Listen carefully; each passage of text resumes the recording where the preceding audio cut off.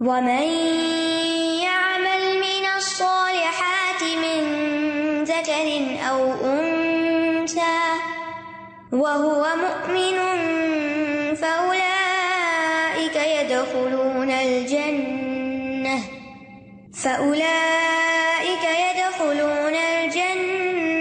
وَلَا يُظْلَمُونَ نَقِيرًا۔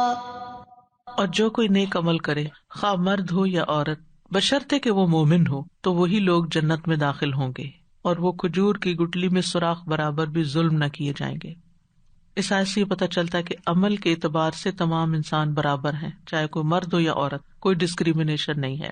اور اعمال میں من یعمل من الصالحات، اعمال میں اعمال بدن بھی شامل ہے اور اعمال قلب بھی شامل ہے اور اعمال لسان بھی شامل ہے، اور اس میں جن و انس سب شریک ہیں، چھوٹے بڑے سب شریک ہیں، مرد عورت سب شریک ہیں۔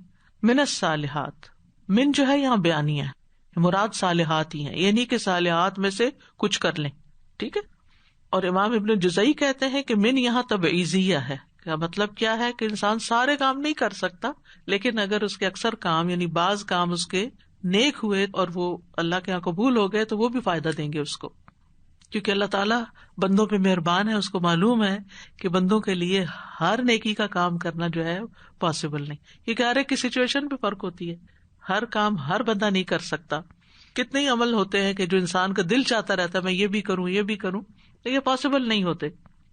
رسول اللہ صلی اللہ علیہ وسلم نے فرمایا استقیموا، ثابت قدم رہو، تم تمام اعمال کا کسی صورت احاطہ نہیں کر سکتے، البتہ یاد رکھو تمہارا سب سے بہترین عمل نماز ہے، اور وضو کی پابندی وہی کرتا ہے جو مومن ہوتا ہے، وہی کانشیس رہتا ہے کہ میرا وضو ہے یا نہیں، وہ بغیر وضو نماز نہیں پڑھتا۔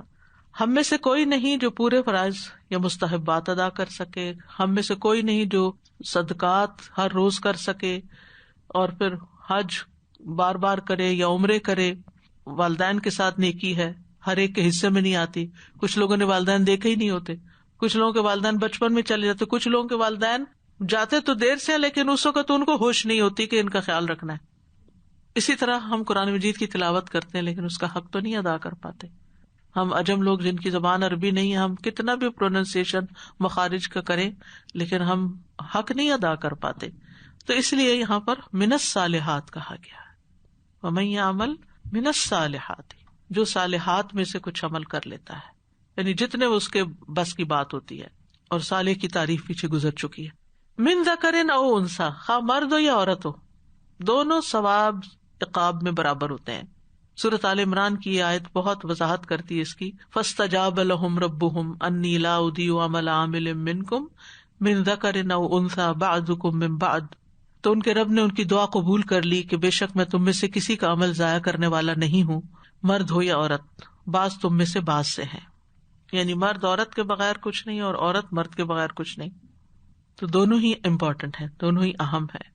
سورۃ غافر میں بھی یہ مضمون آتا ہے، من عمل صالحا من ذکر او انثی وهو مؤمن فاولئک يدخلون الجنۃ یرزقون فیہا بغیر حساب۔ اسی طرح سورۃ النحل میں بھی آتا ہے، من عمل صالحا من ذکر او انثی وهو مؤمن فلنحیینہ حیاۃ طیبہ ولنجزینہم اجرہم باحسن ما كانوا یعملون۔ تو یہاں بھی شرط کیا لگائے گی؟ وہو مؤمن، شرط یہ ہے کہ مومن ہو پھر اچھے کام کرے، یعنی اعمال کی قبولیت کے لیے پہلی شرط جو ہے وہ مومن ہونا ہے، اور مومن ہوگا تو مخلص بھی ہوگا، شرک نہیں کرے گا۔ اور یہ بھی یاد رکھیے کہ جتنا جتنا جس کا ایمان زیادہ ہوگا اس کے نیک اعمال بھی اتنے زیادہ ہوں گے، یعنی ایمان میں اضافے کے ساتھ ہی عمل صالح میں بھی اضافہ ہونے لگتا ہے، اور جب ایمان ڈکریز ہوتا ہے تو عمل صالح بھی کم ہونے لگتے ہیں۔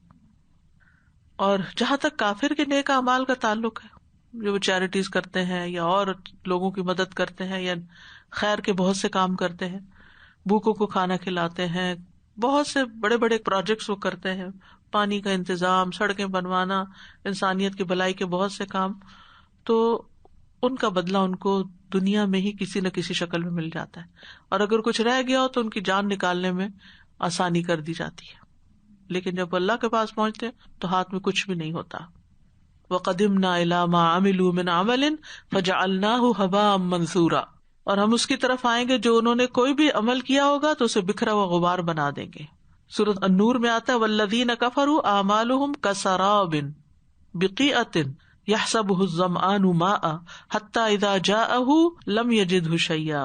اور وہ لوگ جنہوں نے کفر کیا ان کے اعمال کسی چٹیل میدان میں ایک سراب کی طرح ہے جسے پیاسا پانی خیال کرتا ہے، یہاں تک کہ جب اس کے پاس آتا ہے تو کچھ بھی نہیں ملتا، اور اللہ کو اپنے پاس پاتا ہے تو اسے پورا پورا حساب اس کا چکا دیتا ہے. اسی طرح ایک اور جگہ پر سورۃ ابراہیم میں آتا ہے مثل الذین کفروا بربہم اعمالہم کرماد، ان کے اعمال راکھ کی طرح ہے. تو کافر ہو یا فاجر ہو ایسا شخص جنت میں نہیں جا سکتا. اور مومنوں میں سے جو لوگ برے برے عمل کر رہے ہوں اور توبہ کیے بغیر مر جائیں لیکن ایمان بہرحال ان کے اندر ہو، مطلوبہ معیار کی نیکیاں نہ ہوں، نیک عمل کم ہو جائیں، تو وہ پل صراط کراس کرتے ہوئے جہنم میں گریں گے، سزا بھگت کے جتنی اللہ دینا چاہے گا، پھر اس کے بعد وہ پاک ہو کے دوبارہ نہر الحیات میں زندگی پا کے اور جنت میں داخل کر دیے جائیں گے. اور نبی صلی اللہ علیہ وسلم کی شفاعت سے بھی لوگ اندر جائیں گے. پھر آخر میں اللہ تعالیٰ ایک مٹھی بھر لوگوں کو، یعنی کہ جو اتقاء اور رحمان ہوں گے، ان کو جنت میں داخل کریں گے جن کے پاس کوئی بھی نیک عمل نہیں ہوگا. تو بہرحال ایک لمحے کی بھی آگ برداشت کرنا بڑا مشکل کام ہے. تو اس لیے انسان کو یہ سوچ کے غلط کام نہیں کرنے چاہیے کہ کوئی بات نہیں آخر میں تو جنت میں جائیں گے ہی نا. فَأُولَٰئِكَ يَدْخُلُونَ الْجَنَّةَ، اور ایک قرأت میں يُدْخَلُونَ بھی پڑھا گیا ہے، وَلَا يُظْلَمُونَ نَقِيرًا، اور وہ رتی برابر بھی ظلم نہ کیے جائیں گے. فَأُولَٰئِكَ یعنی یہی وہ لوگ جنہوں نے ایمان اور عمل صالح کو جمع کیا. اور اولئک کیوں لایا گیا؟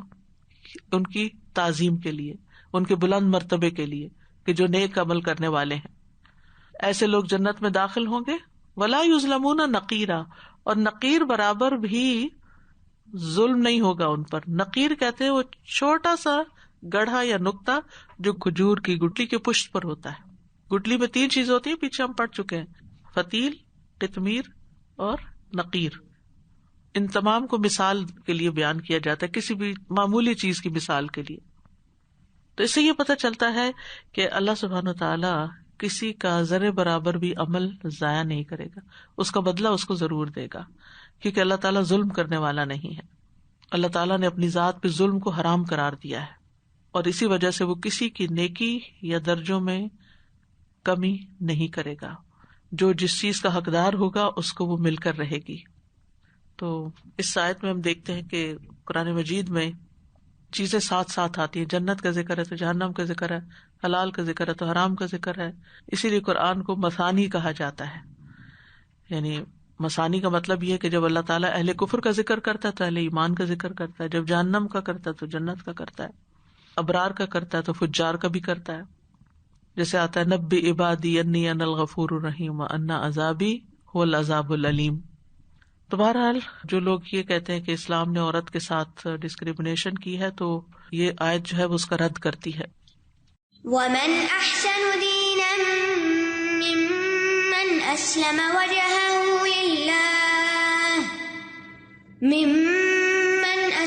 وَجْهَهُ لِلَّهِ وَهُوَ مُحْسِنٌ وَاتَّبَعَ مِلَّةَ إِبْرَاهِيمَ حَنِيفًا وَاتَّخَذَ اللَّهُ إِبْرَاهِيمَ خَلِيلًا.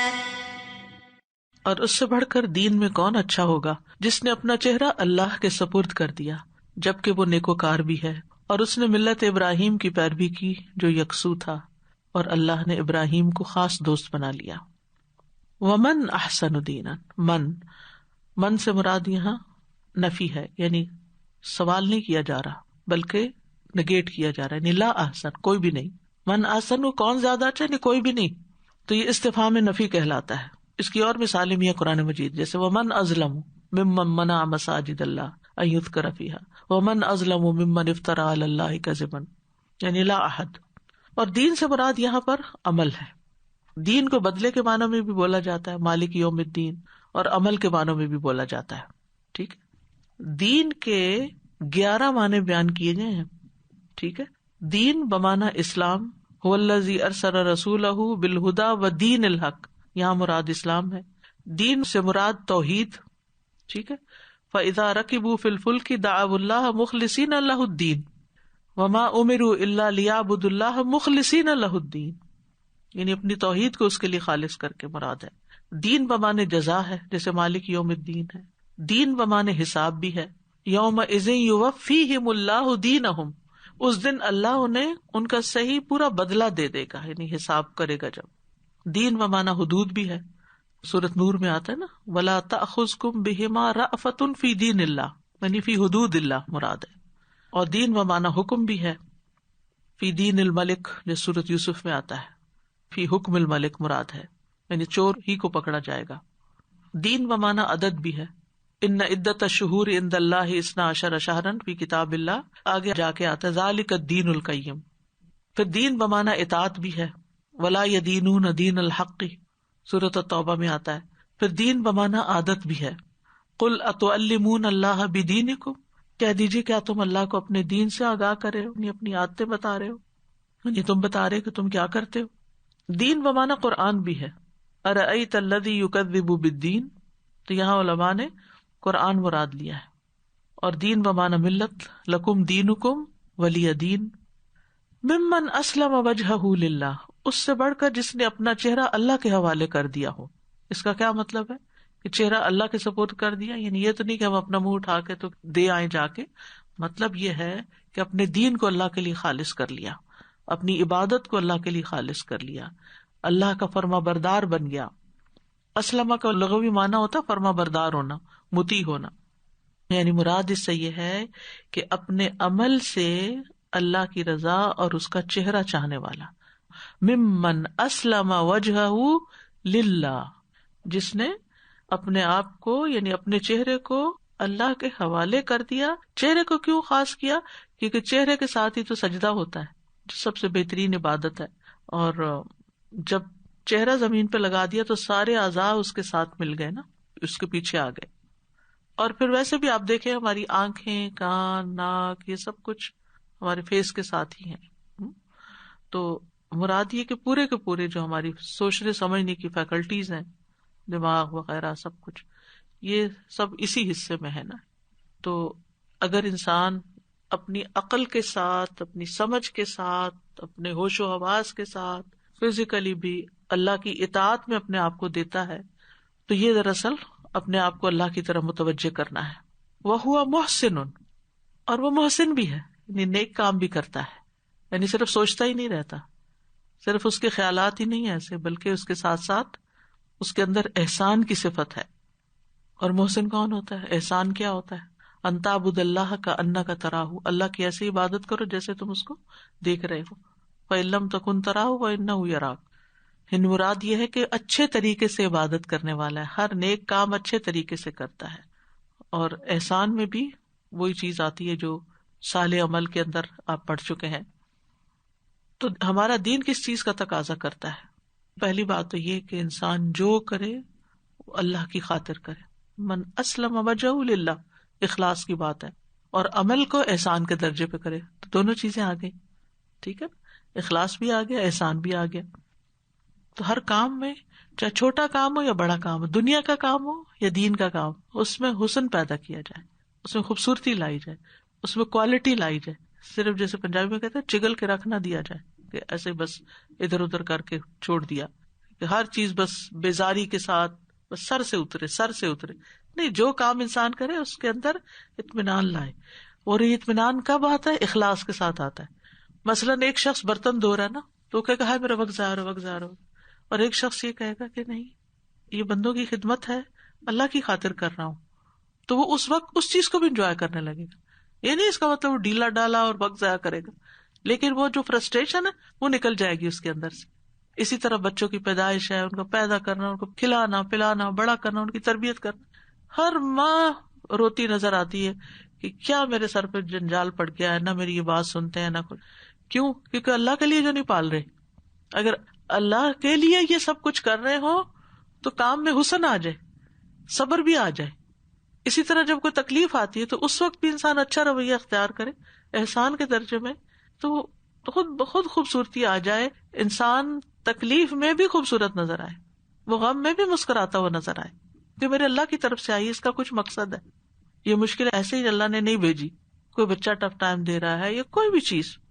واتبع ملت ابراہیم حنیفا، اور وہ ملت ابراہیم کی پیروی کرے. اور ابراہیم جو کہ یکسو تھے، کیونکہ ابراہیم علیہ السلام آپ دیکھیں کہ ان کے اخلاص کا مقابلہ کون کرے گا انسانوں میں سے. تو توحید کی خاطر آگ میں جانا گوارا کر لیا. اور ملت سے مراد وہ طریقہ جس پر چلتے ہوئے اللہ کی عبادت کرتے تھے، اور وہ اسی طریقے کے مطابق تھا جو محمد صلی اللہ علیہ وسلم لے کر آئے. ٹھیک ہے. اور حنیفہ کا مطلب کیا ہے؟ حنفا سے ہے یہ لفظ، حنفن سے، گمراہی سے ہٹ کر سیدھے رستے کی طرف آنا، اور اس کا اپوزٹ جنفن ہوتا ہے، یعنی انہوں نے سیدھا رستہ تلاش کر لیا تھا اور وہ یکسو ہو گئے تھے اس پر. واتخذ اللہ ابراہیم خلیلا، اللہ نے ابراہیم کو اپنا خلیل بنا لیا تھا. یعنی ابراہیم علیہ السلام کا مقام یہاں بتایا جا رہا ہے کہ کیوں ان کو امام بنایا گیا، وہ کیوں پیروی کے لائق ہیں. انہوں نے وہ کام کیے تھے جس سے انسان اللہ کے قریب ہوتا ہے. اللہ تعالیٰ بندے کو اپنے قریب کر لیتا ہے کہ اللہ نے ان کو خلیل بنایا، یعنی اپنا قرب عطا کیا. ٹھیک ہے. خلیل اس دوستی کو نہیں کہتے جس طرح انسان انسانوں کے دوست ہوتے ہیں. اللہ تعالیٰ کو ایسی دوستی کی ضرورت نہیں ہے. مطلب یہ ہے کہ ایک ہوتی ہے محبت اور ایک ہوتی ہے خلت. خلت جو ہوتی ہے محبت سے بھی اوپر ہوتی ہے. ٹھیک ہے. تو جو بندہ جتنا زیادہ اللہ کے لیے خالص ہوگا اتنا ہی زیادہ اللہ کا قرب پائے گا. یعنی جس کا دل اللہ کے علاوہ باقی محبتوں سے خالی ہو جائے. خالی ہو جائے کا مطلب یہ نہیں کہ انسان سب سے اعلان بیزاری کر دے کہ میں کسی سے محبت نہیں کرتا. المؤمن یألف و یؤلف، مومن محبت اور الفت کرتا بھی ہے اور اس سے کی بھی جاتی، لیکن وہ اس درجے کی محبت نہیں ہوتی جو اللہ سے کی جاتی. ٹھیک ہے نا. ساری محبتیں اللہ کی محبت کے تابع ہونی چاہیے. تو خلیل کا لفظ جو ہے یہ عربی کلام میں اس ساتھی کے لیے ہوتا ہے جو انسان کے ساتھ لازم رہتا ہے، اور ایسا دوست جو ساتھ ساتھ ہوتا ہے اور اس پر دوست کی کوئی بات چھپی نہیں ہوتی. یعنی آپ اپنے راز کس کے ساتھ شیئر کرتے ہیں؟ جس کے ساتھ آپ کلوز ہوتے ہیں اس کو سب باتیں بتا دیتے ہیں. یعنی خلت وہ خالص محبت ہوتی ہے جو خاص طور پر رازوں میں دخل اندازی کو واجب کرتی، جس میں دو بندوں کے بیچ میں سیکرٹس آ جاتے ہیں، سیکرٹ شیئر کرتے ہیں جہاں. تو عام محبت سے یہ بڑھ کر ہوتی ہے. تو ابراہیم علیہ السلام کو اللہ تعالیٰ نے کیوں خلیل بنایا؟ کیونکہ وہ اپنے رب کے ساتھ خالص محبت کرتے تھے اور ہر اس چیز سے نفرت کرتے تھے جس سے رب نفرت کرتا. یہ بھی شرط ہے اس میں. یعنی بعض اوقات ہم وہ کام تو کرتے ہیں جو اللہ کو محبوب ہے لیکن ان سے بچتے نہیں جو اللہ کو محبوب نہیں، تو پھر انسان اس درجے سے گر جاتا ہے. یہاں یہ یاد رہے کہ ہو سکتا ہے آپ کے ذہن میں خیال ہو کہ پھر محمد صلی اللہ علیہ وسلم کا مقام کیا ہے. تو وہ حدیث میں آتا ہے صحیح مسلم میں، حضرت جندب کہتے ہیں میں نے نبی صلی اللہ علیہ وسلم کی وفات سے 5 دن پہلے آپ کو یہ کہتے ہوئے سنا، میں اللہ کے حضور اس چیز سے برات کرتا ہوں کہ تم میں سے کوئی میرا خلیل ہو، کیونکہ اللہ نے مجھے خلیل بنا لیا ہے جس طرح اللہ نے ابراہیم کو اپنا خلیل بنایا تھا. وَلِلَّهِ مَا فِي السَّمَاوَاتِ وَمَا فِي الْأَرْضِ وَكَانَ اللَّهُ بِكُلِّ شَيْءٍ مُحِيطًا. اور جو کچھ آسمانوں میں ہے اور جو کچھ زمین میں سب اللہ ہی کا ہے، اور اللہ نے ہر چیز کا احاطہ کر رکھا ہے، ہر چیز کو گھیر رکھا ہے. سوچئے کیا کچھ ہے زمین میں، ہم احاطہ نہیں کر سکتے اس کا. اللہ ہی پیدا کرنے والا ہے، اللہ ہی اس کا مالک ہے، اور اللہ کے علم میں کون سی چیز کہاں ہے اور کیوں ہے. ہمیں تو اپنے گھر کا نہیں پتا ہوتا، اپنے کچن میں چیزیں رکھ کے بھول جاتے ہیں.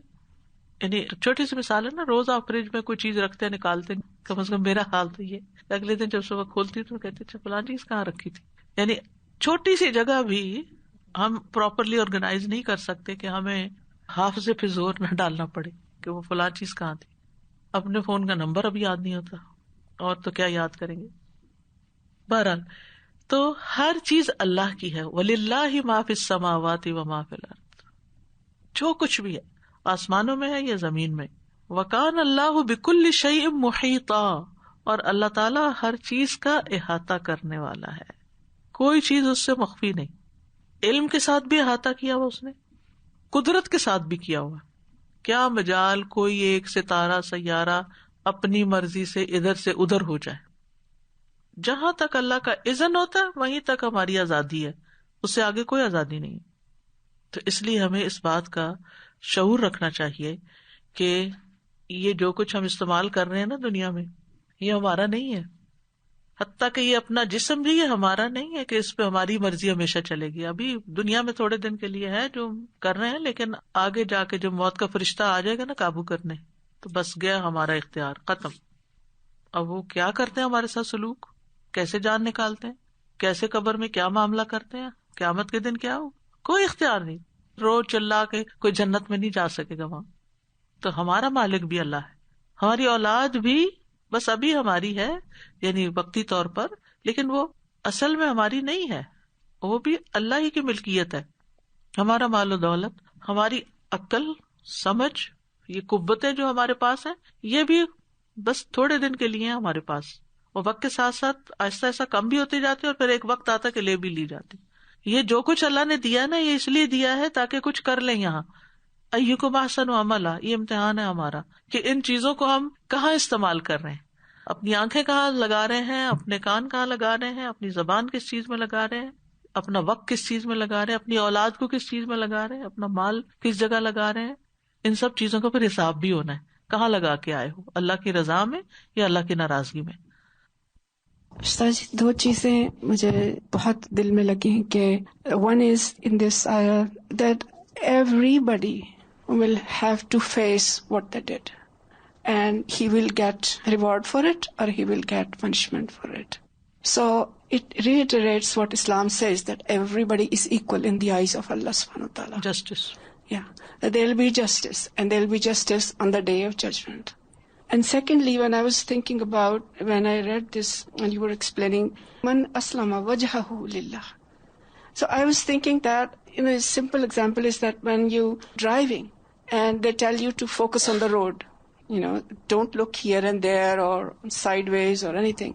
The fraction of a second you turn your eyes toward this way, it happened with me. I was looking at an ad or something. So I was looking at this and naturally my car turned. And I was, I was alerted right away. So all these senses follow you when you follow your. And I understood today why we say face the Qibla. بالکل, اور چہرہ کہہ کے تو ذات پوری بھی مراد ہوتی ہے. Exactly, the whole thing follows that. یعنی جدھر آپ کا چہرہ جائے گا آپ بھی ادھر ہی جائیں گے. یعنی آپ یہ نہیں کر سکتے کہ چال ادھر رہے اور دیکھ ادھر رہے, ٹھوکر ہی کھائیں گے. استاذہ, یہاں پر جب ہم آیا 125 میں آپ بتا رہی تھی کہ یکسوئی کے ساتھ کام کرتے تھے, حضرت ابراہیم علیہ السلام کا طریقہ کیا تھا, اور ہمیں بھی خالصتاً ہر کام کو خوشی سے اور دل جوئی سے کرنا چاہیے. سو آئی واز جسٹ تھنکنگ, ابھی جیسے آپ نے مثال دی کہ ہم کوئی کام بھی کر رہے ہیں, ایون بچوں کے لیے کھانا بنا رہے ہیں, انہیں تربیت دے رہے ہیں, ان کی زندگی کے لیے کچھ کر رہے ہیں, ایکچولی ہم ان کے مالک تو نہیں ہیں, مگر اس کو بھی عبادت سمجھ کے جب کرتے ہیں تو خوشی خوشی انسان کھانا بھی بناتا ہے ان کے لیے. ادروائز وہ بھی بوجھ لگتا ہے. آج کل تو مائیں کتنا کچھ سنا دیتی ہیں بچوں کو کھانا کھلاتے ہوئے کہ because of you I am doing that. And ایک اور چیز میں نے بہت زیادہ نوٹس کی ہے کچھ عرصے سے, کہ لوگ جو پریگننسی اب ہوتی ہے تو پریگننسی کو لے کے نا لڑکیوں نے کچھ بڑا سا ہوا بنا لیا ہے, اور دے میک سو مچ فس آؤٹ آف اٹ کہ یہ کیا ہمارے ساتھ ہو گیا ہے, اور ناشکری کے کلمات بولنے سب کے سامنے. خیال یہ کہ اس کو ختم کیسے کروائیں. ہاں, اور یہ میرے ساتھ ایک پرابلم چل گئی ہے, تم لوگ سب اس کی وجہ ہو. اینڈ ہسبینڈ کو اتنا ڈی مورلائز کیا جاتا ہے آل دا ٹائم, اسے کہا جاتا ہے کہ you are not doing anything, مجھے سب کچھ کرنا پڑ رہا ہے, پریگننسی بھی اینڈ دین ڈلیوری بھی. اینڈ دین میڈیا کے تھرو یہ سمجھایا جا رہا ہے کہ اب تو بیڈ ورڈز بول رہے ہیں, گالیاں دے رہے ہیں at the time of delivery.